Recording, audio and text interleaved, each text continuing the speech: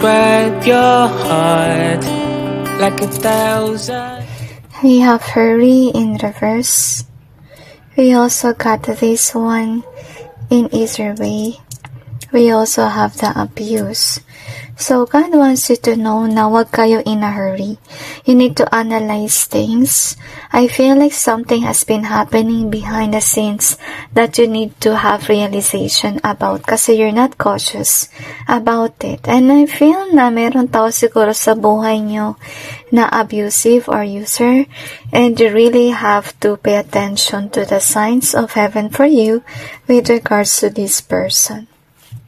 We also got just do it here.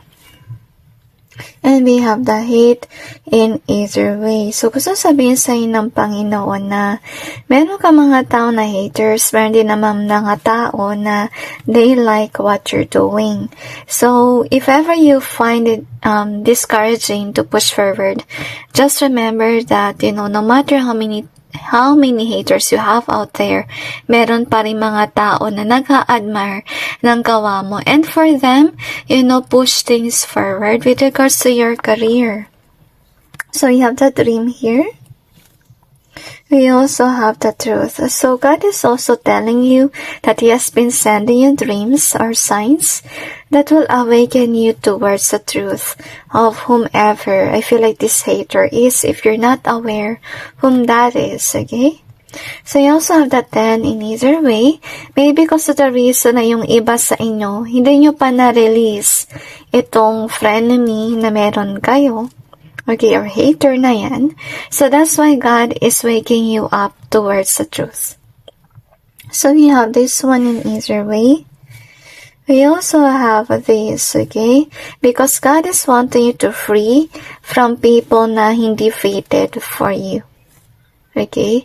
At saka, remind yourself na yung mga taong di mo kasundo, Sign na kasi yun, guys, na doon pa lang, hindi kayo nag-resonate. Kaya madalas ang away. So, if ever somebody's not meant for you, remember to release that. In order for good things to start to go towards your life, because remember na if ever a door is closing or closes, saka tayo magkakaroon ng new opportunity. Now, imagine if you remain in the hands of these people that are snakes around you, paano papasok yung mga mabubuting tao sa inyong buhay, right? Of course, ipapayagan ng Panginoon na papasok yan right away dahil baka may gawin masama yung mga ahas sa paligid or baka pigilan nila yung pagpasok ng mabuting tao. Now, so that's the reason why God is wanting you to release or recover is also what I sense.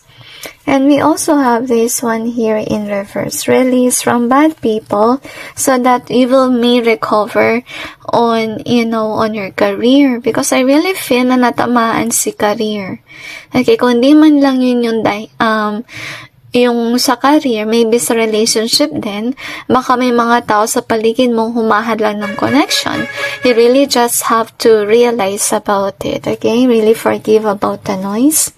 So, you have this one in reverse. I feel na yun yung dahilan din kung bakit walang pagbabago sa iyong buhay, kung bakit paulit-ulit. Dahil sa mga kaibigan mo na hindi daw mabuti. So, kinda analyze people around you is what God wants you to do as of this time. And I hope this may give you some insight and awareness about your situation. And God bless all of you.